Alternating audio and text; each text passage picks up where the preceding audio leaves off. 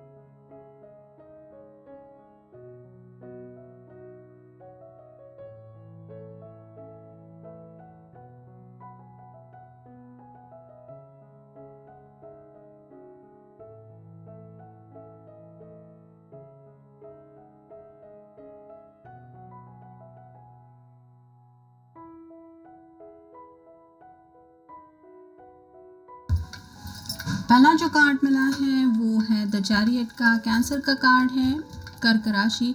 ये पर्सन ज़िंदगी में आगे बढ़ने की कोशिश तो कर रहा है या कर रही है, मतलब जिनके लिए भी आप ये रीडिंग देख रहे हैं उनका अपना एक स्ट्रगल चल रहा है। यहाँ पे यीन एंड यांग का भी सिंबल दिखाई दे रहा है, जो बताता है कि कहीं ना कहीं आपके साथ अगर इनका कांटेक्ट नहीं है तो ये अपनी तरफ से कोशिश ज़रूर कर रहे हैं आपके साथ कनेक्ट होने की, लेकिन उसके पीछे जो इनका मेन मकसद है वो ज़िंदगी में आगे बढ़ने की कोशिश करते हुए सभी बातों को हैंडल करना चाहते हैं। ज़िंदगी में आगे बढ़ना इन द सेंस इस रिश्ते में भी शायद कुछ प्रोग्रेस हो सकती है, या फिर आप कह सकते हैं जैसे हर कोई चाहता है ज़िंदगी में कुछ अपना मकाम हासिल करे या फिर कुछ ऐसा गोल होता है जिसको अचीव करना होता है, तो वैसे आप कह सकते हैं या तो उस गोल के पीछे ये पर्सन है जिस वजह से उनका जो पूरा फोकस है वो मेन उसी बात की तरफ हो सकता है और शायद इसलिए दोनों के बीच में दूरियां हो सकती है। फिर है द टावर, अनएक्सपेक्टेड इवेंट्स को लेके ये कार्ड होता है, जैसे अचानक से यहाँ पे ब्लास्ट हो गया है और ये पर्सन यहाँ से नीचे गिर रहा है, किसी ने भी नहीं सोचा था ऐसा कुछ होगा।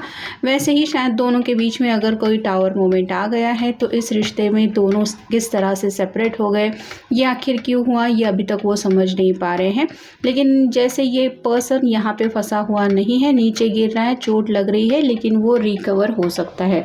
वैसे ही जिनके कॉन्टैक्ट में आप नहीं हैं उनकी कुछ हीलिंग चल रही है, ऐसा भी आप कह सकते हैं। फिर ये two of rods, fire sign Aries, Leo, Sagittarius, ये कार्ड रिवर्स आए हैं, जिसका मतलब है कि ये पर्सन किसी दुविधा में अगर फंसे हुए थे तो उस दुविधा से ये निकल के आ चुके हैं, मतलब कुछ तो इन्होंने फैसला लिया है। अब अगर आपके साथ ये कांटेक्ट में नहीं है तो उसके पीछे भी कोई प्रॉपर इनकी रीज़न वजह हो सकती है, जैसे करियर को मेन फोकस करना या फिर कुछ अपनी एक इमेज ये बनाना चाहते हैं, तो आप कह सकते हैं उसके पीछे इनका फोकस है। या फिर जो भी इनका ज़िंदगी का मेन प्रॉब्लम था मे बी ये उसको पहले सॉर्ट आउट करेंगे, बाद में शायद रिलेशनशिप को ये प्रेफरेंस देना चाहते हैं। फिर है eight of cups, water sign, Cancer, Scorpio, Pisces. 8 cup है, मतलब सैडनेस बहुत ज़्यादा है इस पर्सन की दुनिया में, जैसे इसका चेहरा हम नहीं देख पा रहे हैं वैसे ही आपके पर्सन शायद आपसे जानबूझ के दूरियां बना के बैठे हुए हैं, क्योंकि ये अपनी ही ज़िंदगी में काफ़ी ज़्यादा उदास है। यहाँ पे चांद है वो भी काफ़ी ज़्यादा सैड महसूस हो रहा है, तो आपके पर्सन को लग रहा है कि आप अगर चाहे तो आप दोनों 2 ऑफ कप की एनर्जी में जुड़ सकते हैं, मतलब इनकी तरफ से इन्होंने 8 कप की प्रिपरेशन करके रखी है। अगर आपका कोई कॉल मैसेज आता है तो ये आपको रिस्पॉन्स दे सकते हैं, लेकिन फ़िलहाल इनकी तरफ से तो ये कोई कांटेक्ट करने के लिए तैयार नहीं है, क्योंकि ये काफ़ी ज़्यादा उदास है। इनको लग रहा है आप ये कांटेक्ट क्यों नहीं ब्रेक कर रहे, मतलब नो कांटेक्ट जोन में से आप निकलने की कोशिश क्यों नहीं कर रहे। आपकी तरफ से कुछ कॉल मैसेज नहीं आ रहा, जिस वजह से और भी ज़्यादा उदासी छाई हुई है इनकी दुनिया में।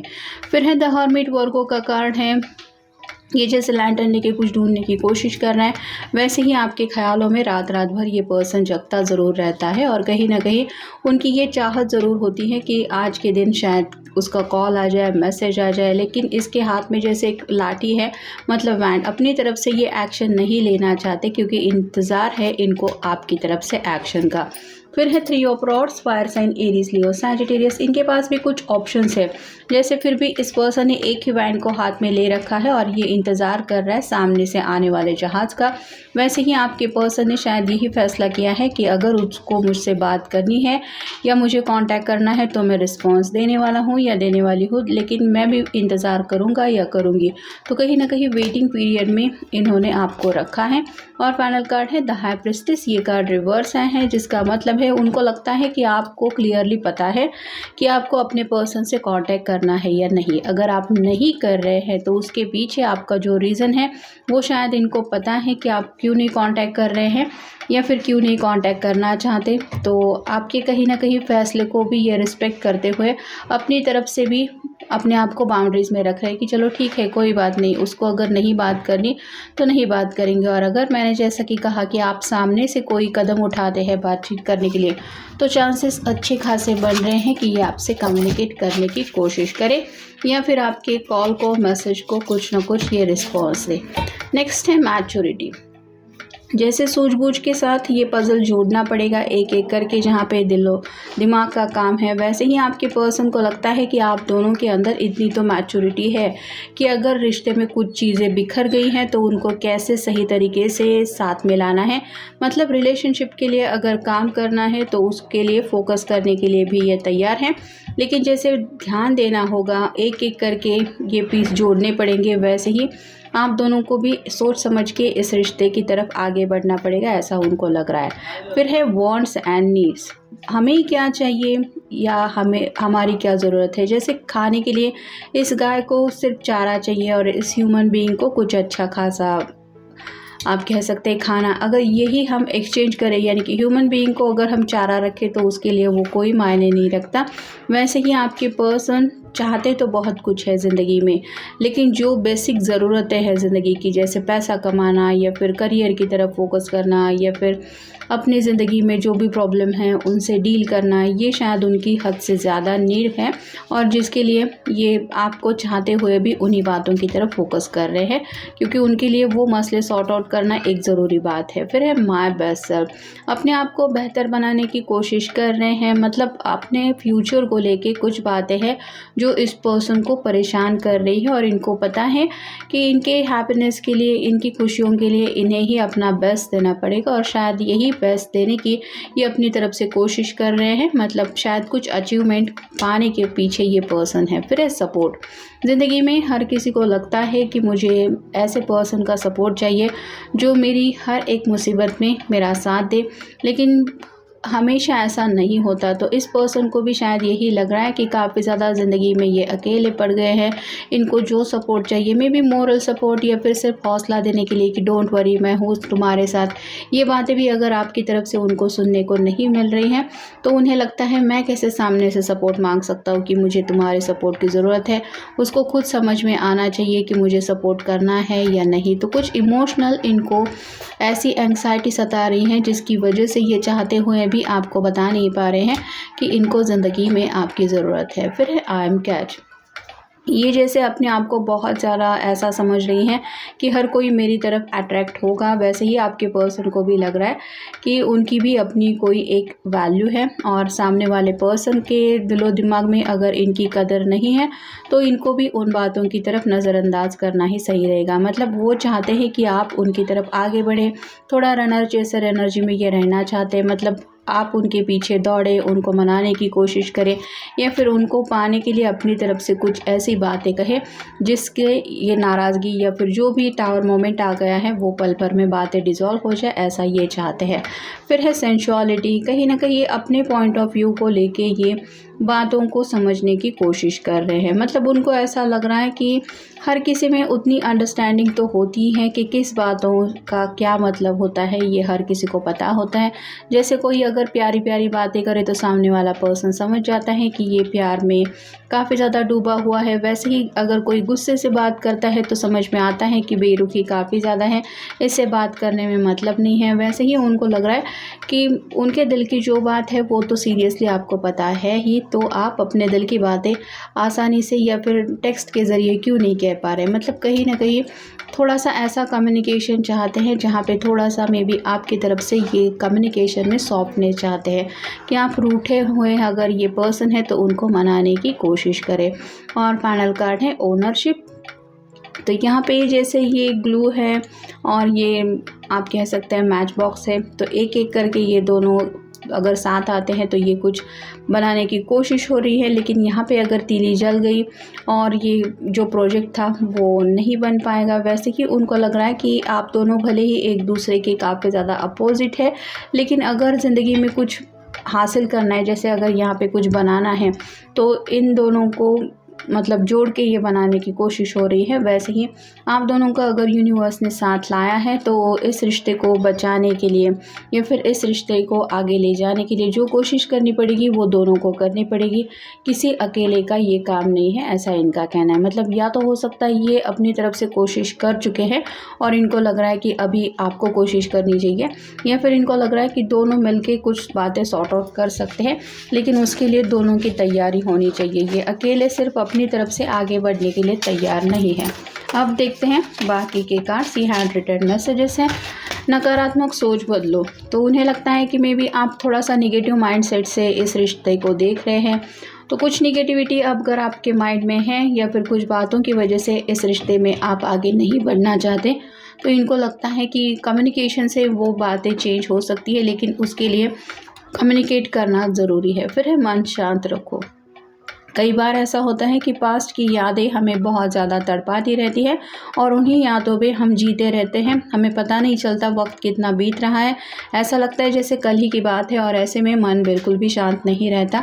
बार बार अगर वो ही मोमेंट, जैसे अगर किसी की ज़िंदगी में टावर मोमेंट आ गया है कि कैसे दोनों के बीच में बहस हुई, कैसे ब्रेकअप हुआ या फिर किसने किससे क्या कहा था, तो दिल यही मतलब मन में यही ख्याल आते रहते कि आखिर उसने मेरे साथ ऐसे कैसे किया। और ऐसा अगर आपके साथ भी हो रहा है तो इनको पक्का पता है कि आपका मन तो बहुत ज़्यादा अशांत होगा, जिस वजह से आपको इनसे बात करने की कोशिश करने का भी मन नहीं हो रहा होगा। फिर है अकारण क्रोध। बेवजह एक दूसरे के ऊपर गुस्सा करने से बात और ज़्यादा बिगड़ सकती है, ये वो समझ रहे हैं। और शायद इनको लग रहा है कि दोनों में से कोई भी अगर इस पल एक दूसरे को फोर्स करेगा बात करने के लिए तो एक बहुत बड़ी बहस हो सकती है, जिसका कोई मतलब नहीं बनता, और ये ऐसी बहस नहीं होने देना चाहते। फिर है सच्चाई को सुनो।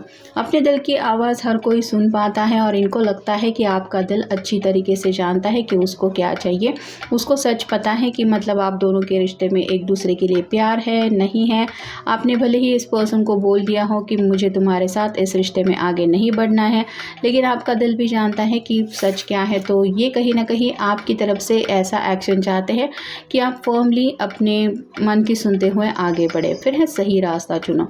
यहाँ पे कुछ लोगों के साथ हो सकता है फैमिली का मसला है, घर वाले कुछ अलग चाहते हैं और आप दोनों में भी कुछ अलग सोच रहे हैं, और शायद फैमिली की वजह से दोनों के बीच में दूरियां हैं। तो ये पर्सन चाहते हैं कि आपके लिए कौन सा सही रास्ता है ये चुनना आपका फैसला है। मतलब इनको तो लग रहा है कि शायद आपके साथ ये आगे की ज़िंदगी कंटिन्यू करना चाहते हैं, जैसे चैरियट के कार्ड में हमने देखा। लेकिन आपको भी क्या सेम वही रास्ता से सही लगता है, या आपको लगता है कि हाँ ये भी मेरी मंजिल है? तो वो जो फैसला है वो शायद आपकी तरफ से आना है, जिसका शायद ये इंतज़ार कर रहे हैं। फिर शांत रहना। ऑलरेडी वर्गों का हर्मिट का कार्ड हमें मिल चुका है। फ़िलहाल तो इन्होंने यही एक बात दिमाग में रखी है कि ज़बरदस्ती एक दूसरे को बात करने के लिए कहने से अच्छा है कि हमें शांत रहना चाहिए। जब बात सभी सॉर्ट आउट हो जाएगी या फिर मन थोड़ा शांत हो जाएगा, दिल से कुछ जज्बातों का तूफ़ान हट जाएगा, तो इंसान को लगेगा कि हाँ मुझे बात करनी है, और शायद इसलिए ये इंतज़ार कर रहे हैं मे बी आपके गुस्से का शांत होने का, या फिर ये अपनी तरफ से सिर्फ इसलिए शांत रह रहे हैं क्योंकि ये आपकी तरफ से एक्शन चाहते हैं।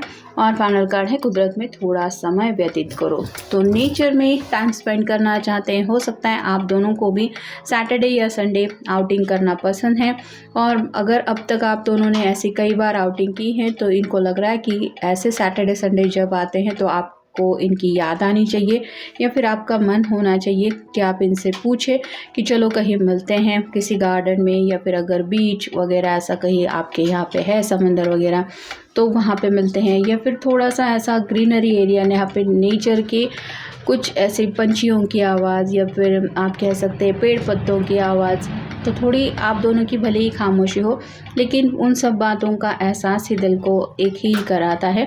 और ऐसे जगह पे ये शायद आपके साथ टाइम स्पेंड करना चाहते हैं, अगर ऑलरेडी आप दोनों ने ऐसी जगह पे टाइम स्पेंड किया है तो। लेकिन पूछने की चाहत होते हुए भी ये खुद को रोक रहे हैं, क्योंकि उनको लग रहा है कि आपका मन होगा तो आप पूछेंगे तो ये जवाब देंगे या जवाब देंगी। तो ये था आज का रीडिंग, जनरल रीडिंग है। मिलेंगे नेक्स्ट रीडिंग में।